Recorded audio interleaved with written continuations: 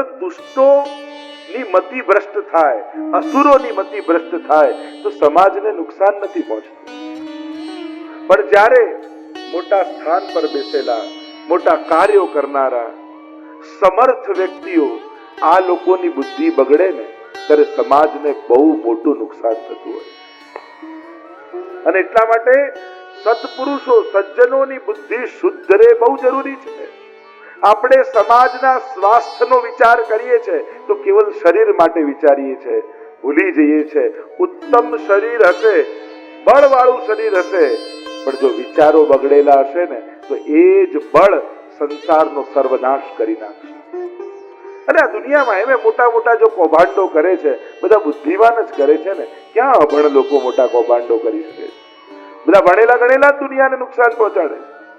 અને એટલા માટે એમ નહીં સમજવું કે મેં ભણી લીધું એટલે મને બધું જ જ્ઞાન સંસારનું સમાજનું થઈ ગયું. ના. અને ખરેખર કહું તો બુદ્ધિમાનને છેતરવો બહુ સહેલો છે અભણ કરતા. એને 4 લોજિક આપો એટલે એના વિચાર બદલાઈ જાય. કારણ કે એને જેને પોતાની બુદ્ધિ ઉપર બહુ ભરોસો હોય ને એની બુદ્ધિ બગાડવી સાવ સહેલી છે. કારણ કે એને 4 લોજિક આપો એટલે એમ થાય કે હું તો બધું સમજુ છું, વાત સાચી છે, એટલે પોતાનું મૂકીને બીજું ચાલુ કરે. બુદ્ધિમાનોને વિચારો ફેરવવા બહુ સહેલા છે.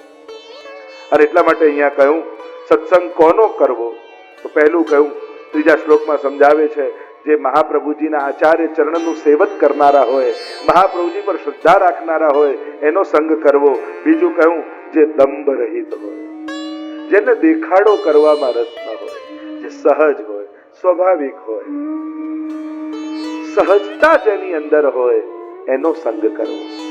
ત્રીજું કહ્યું શ્રી કૃષ્ણની સેવા અને કથાનું ચિંતન કરવામાં જે તત્પર હોય એવા ભગવદીનો સંગ કરવો જોઈએ. આગળ અનેક પ્રકારથી સમજાવ્યા સંગની વાત. આગળ શિક્ષાપત્ર 19 શ્લોકમાં શરણાગતિ જીવનું કર્તવ્ય છે એમ કહ્યું. લોક નિંદાનો ભય ન કરવો શરણાગત જીવે. લોકો તો કહે પણ એના ભયથી મુક્ત રહેવું. હું ભક્તિ કરવા લાગુ, હું સેવા કરવા લાગુ, હું નિયમોમાં રહેવા લાગુ એટલે માણસને પહેલો વિચાર આવે આવું કરીશ તો લોકો શું કહેશે. જો અત્યારના સમયની વિચિત્રતા કહું, પાપ કરવામાં માણસને ગૌરવ થાય છે અને પુણ્ય કરતા શરમ આવે છે. કેવી વિચિત્રતા! કોઈના ઉપર ક્રોધ કરવો હોય, કોઈનું અપમાન કરવું હોય તો બધાની વચ્ચે માણસ કરી નાખે. અને પાછો ખુમારીમાં આપણે તો મોઢા પર કહી દીધું, ખુમારી બધા. પણ કોઈને સોરી કહેવું હોય ને, અંદરથી બહુ ઈચ્છા થતી હોય ને તો શરમ આવે, સોરી કેમ એને કહું. સારું કરતા શરમ આવે છે અને પાપ કરતા ગૌરવ થાય છે. આ માણસની વિચિત્રતા કેવી! અને એટલા માટે લોક નિંદાનો ભય ન રાખવો વૈષ્ણવે. જેને ભક્તિ કરવી છે એને સમાજની શરમ નહીં રાખવી. બીજું કહ્યું લૌકિક આસક્તિ છોડી ભગવદ આસક્તિ વિચારવી. ત્રીજું કહ્યું સતત અષ્ટાક્ષર મંત્રનું સ્મરણ વૈષ્ણવે કરવું.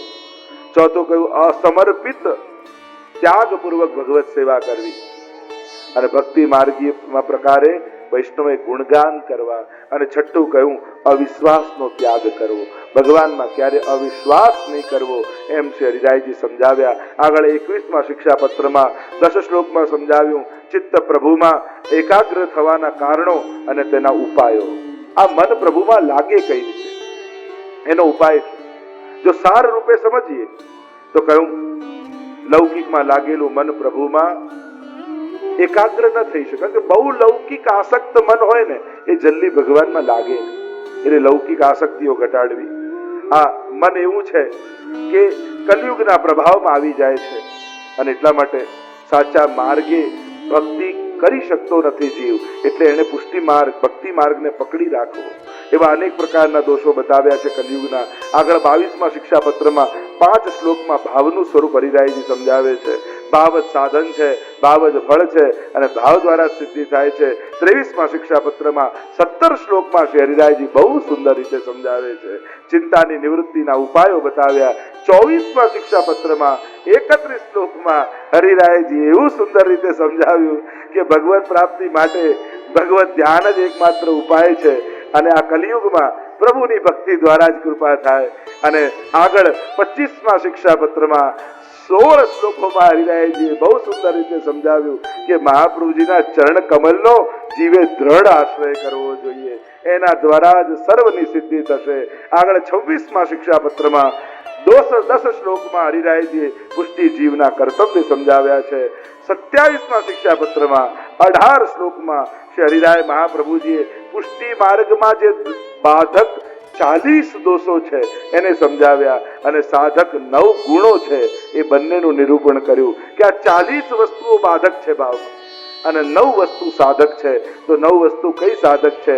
એક પુષ્ટિ માર્ગમાં સ્થિતિ કરવી, પુષ્ટિ માર્ગની ફળની આકાંક્ષા રાખવી, લૌકિકમાં વિરક્તિ રાખવી, પ્રભુમાં આસક્તિ રાખવી, સત્સંગ કરવો, મહાપ્રભુજીનો આશ્રય કરવો, પ્રભુમાં દ્રઢ વિશ્વાસ રાખવો, પુષ્ટિ માર્ગની વિરુદ્ધ લૌકિક વૈદિકનો ત્યાગ કરવો, ભગવત દર્શનની અભિલાષા રાખવી. આગળ 28મા શિક્ષાપત્રમાં 24 શ્લોકમાં હરિરાયજીએ સમજાવ્યા સ્વદોષ દર્શન અને કૃપા યાચના. સ્વદોષનું દર્શન કઈ રીતે થાય?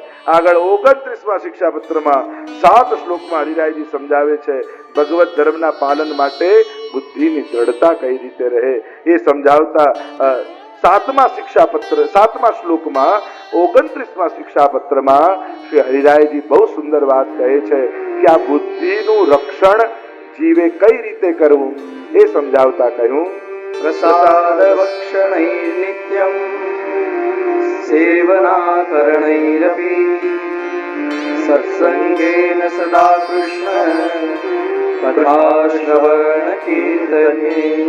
5 વસ્તુ બતાવી બુદ્ધિનું રક્ષણ કઈ રીતે થાય આ કલિયુગમાં. ત્યારે સૌથી પહેલા કહ્યું મહાપ્રસાદનું જીવે ભક્ષણ કરવું. જ્યારે કોઈ પણ વસ્તુ મુખમાં મૂકીએ તો પ્રભુની પ્રસાદી વસ્તુ પહેલા લેવી, યા બધું જ ધરીને લેવું. અસમર્પિત લેવાથી બુદ્ધિનો નાશ થાય છે. સૌથી પહેલા પ્રસાદનું ભક્ષણ.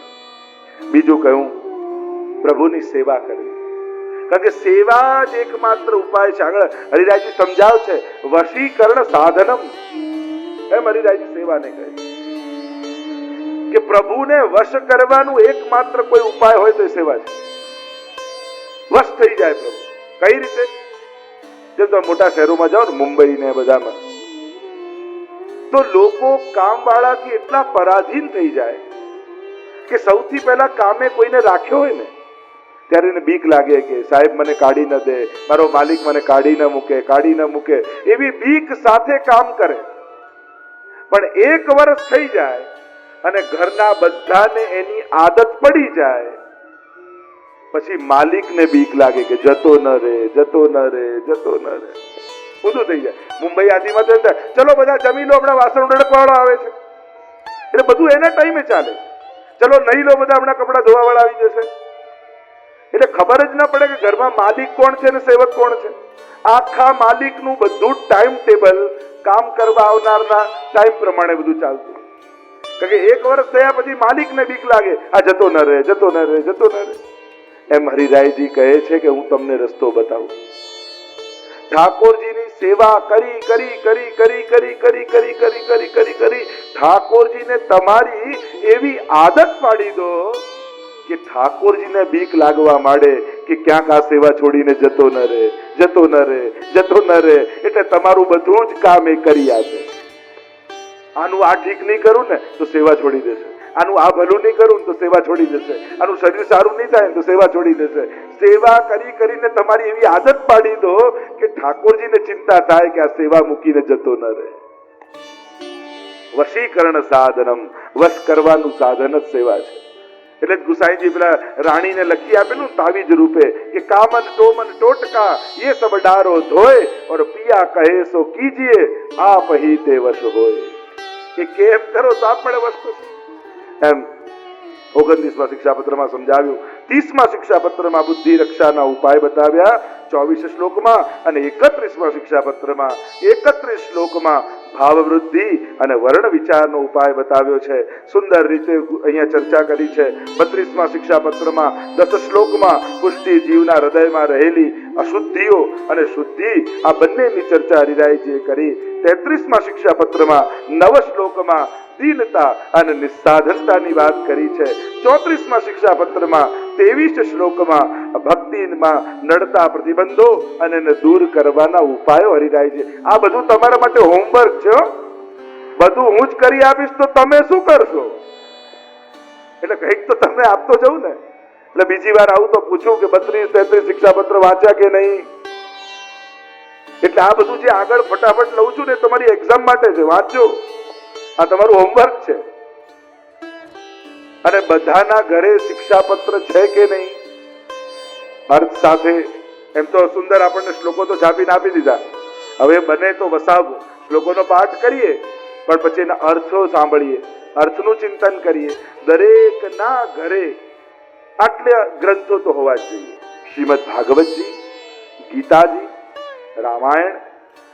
પુષ્ટિ માર્ગી સત્સંગ કરવો છે શુદ્ધ તો 16 ગ્રંથ, શિક્ષાપત્ર અને વાર્તા સાહિત્ય, અને વિશેષ હોય તો સુબોધની યાદી.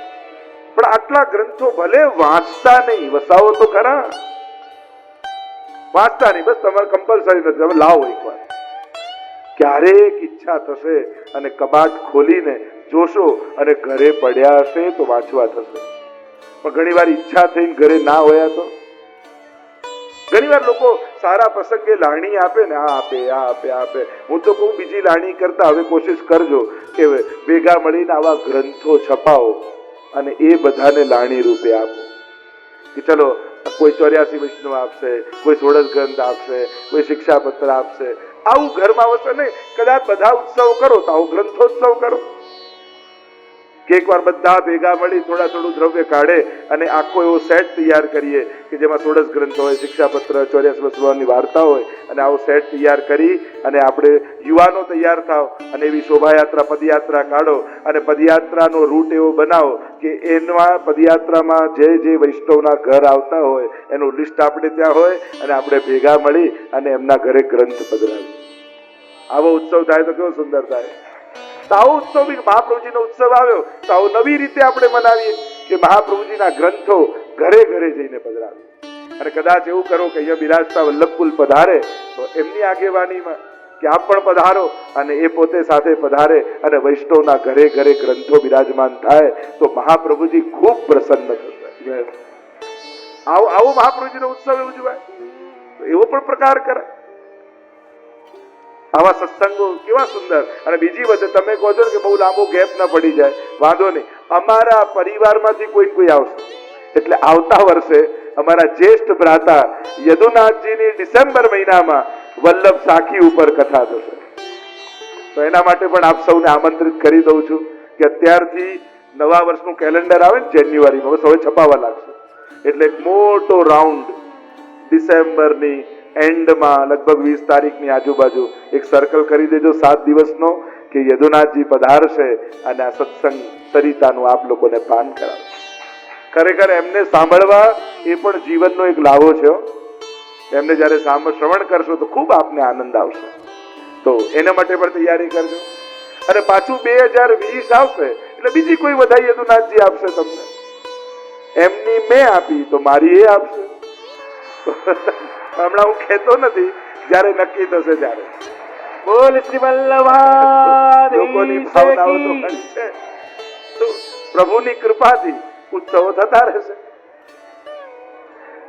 આપણે શિક્ષાપત્રો 41 પૂરા કરવાના છે. તમે મને ટાઈમ મારો પૂરો કરી દો. 34માં શિક્ષાપત્રમાં 23 શ્લોકમાં ભક્તિમાં નડતા પ્રતિબંધો અને એને દૂર કરવાના ઉપાય. 35માં શિક્ષાપત્રમાં સુંદર શ્રી હરિરાય મહાપ્રભુજી આપણને દુસ્સંગ સમજાવે છે કે દુસ્સંગ કોને જાણવો. વારે ઘડીએ દુસ્સંગથી બચો, દુસ્સંગથી બચો, દુસ્સંગથી બચો. વારે ઘડીએ સમજાવે. કારણ કે જીવનમાં ભક્તિનો વૈભવ લઈને આપણે આવ્યા છીએ. કોઈ છૂટવી ન જાય એની સાવધાની રાખવી. 36માં શિક્ષાપત્રમાં 36 શ્લોકમાં ચિંતાઓ અને તેમના ત્યાગના ઉપાયો બતાવ્યા. 37માં શિક્ષાપત્રમાં 8 શ્લોકમાં નિસ્સાધનતાનું સ્વરૂપ સમજાવ્યું. 38માં શિક્ષાપત્રમાં 19 શ્લોકમાં પ્રભુના વિવિધ સ્વરૂપો વિશે કહ્યા. 39માં શિક્ષાપત્રમાં 5.5 શ્લોકોમાં વૈષ્ણવનું પરમ કર્તવ્ય ભગવત સેવા છે એને સમજાવતા અહીંયા હરિરાયજી 4થા શ્લોકમાં કહે છે દુરારાધ્ય, જેને આરાધવા બહુ અઘરા છે.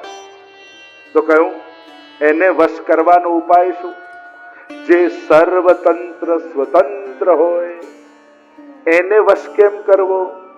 તો એનો ઉપાય બતાવે. શું? તો કહ્યું સેવૈવ વશીકરણ સાધનમ. તમારી સેવા છે ને એ જ એને વશ કરવાનું સાધન છે. એ તમારે આધીન થઈ જાય, તમારે પરાધીન થઈ જાય. જ્યારે તમને એમ લાગે ને કે હવે પ્રભુ વગર નહીં રહી શકું, એ દિવસે જ પ્રભુને એમ થાય કે હું પણ હવે તારા વગર નહીં રહી શકું. જે દિવસે તમને એમ થાય ને કે પ્રભુ પાસે હવે કાંઈ જોઈતું નથી, એ દિવસે ઠાકોરજીને પણ તમારા માટે એમ થાય હવે મને પણ તારી પાસે કાંઈ જોઈતું નથી, મને હવે તારી જરૂર છે. આ પરસ્પર છે, અન્યન્યતા નિરોધ પરસ્પર છે એમ કહ્યું. કૃષ્ણ સેવા પ્રકુરવંતો ભાગ્યવંતો જનામતા. અને જે તેમની સેવા કરે છે તેઓ જ ભાગ્યવંત છે.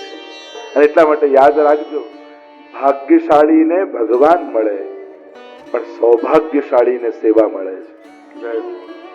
ભગવાન ઘણાને મળી શકે છે, દેખાઈ શકે છે, અનુભવાઈ શકે છે, મોટી વાત નથી. પણ જ્યારે સૌભાગ્ય ખીલે ને ત્યારે ભગવત સેવા મળે.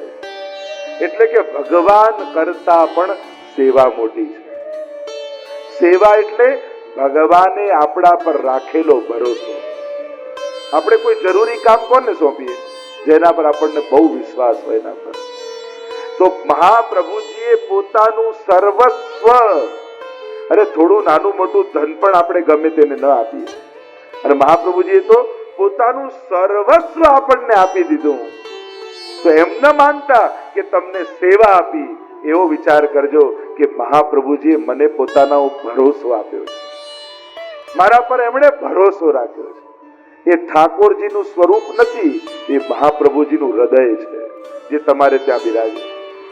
શ્રી કૃષ્ણ હાર્દવિદ, ભગવાનના હૃદયને જાણનારા મહાપ્રભુજી છે. અને ઠાકોરજી એ બીજું કાંઈ નથી, મહાપ્રભુજીનું સર્વસ્વ હૃદય છે. અને હૃદય મહાપ્રભુજી તમને આપ્યું છે. અને એટલા માટે એને ધ્યાન રાખજો, સાચવજો. આગળ 40મા શિક્ષાપત્રમાં 21 પ્રકારના દોષોનું ચિંતન કર્યું છે. કેટલા પ્રકારના ચિંતન, અને સેવા એ કરતા મોટો ભાવ છે. હરિરાયજી કહે છે, યથા નિશ્વાસ રહિતમ કિમ કરોતિ સુભેષજમ. જે શરીરમાંથી શ્વાસ જ નીકળી ગયા હોય, પ્રાણ જ નીકળી ગયા હોય, એને સારામાં સારી દવા આપો તો શું કામ? એમ જ ગમે તેટલા ઉત્તમમાં ઉત્તમ ધર્મના સાધનો એને આપો, ઉત્તમમાં ઉત્તમ મહાત્માઓનું શરણ આપો, ઉત્તમમાં ઉત્તમ ગ્રંથો એને આપો, પણ જેના હૃદયમાંથી ભાવ જ જતો રહ્યો એને આ શું કામ લાગવાનું? અને એટલા માટે ઠાકોરજી એક આપણો શ્વાસ નથી, પણ આપણા હૃદયનો ધબકાર છે. આપણી સેવા છે ને એ આપણો ધબકાર છે. કારણ કે પાણીમાં ડૂબકી લગાવો ને ત્યારે તમે તમારી શ્વાસ રોકી લો છો, શ્વાસ નથી લેતા, છતાંય હૃદયનો ધબકાર તો ચાલતો જ રહે છે.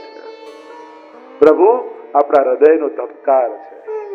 શ્વાસ રોકાઈ જાય તો એ ધબકાર, પણ ધબકાર બંધ થઈ જાય ને પછી શ્વાસ ચાલતી અટકી જાય. અને એટલા માટે હરિરાયજી સમજાવે છે, ભાવ એ દુર્લભ છે. અને એટલા માટે ભાવ નીકળી ગયો પછી ઉત્તમમાં ઉત્તમ ઔષધિ શું કરી લેવાની? આપણે ઔષધિઓ શ્રેષ્ઠ ભેગી કરીએ.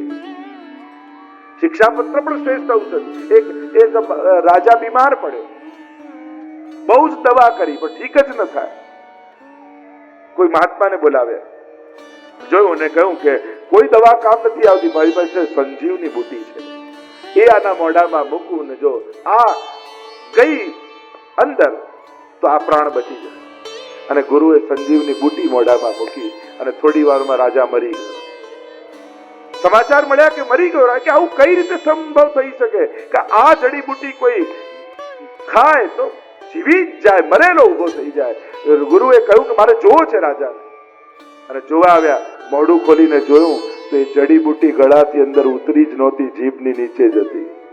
એમ શિક્ષાપત્ર પણ સંજીવની બુટી છે, કાન સુધી ન રાખતા અંદર ઉતારી દેજો તો તરી જશો. જો ઉતારી લીધી તો તરી ગયો.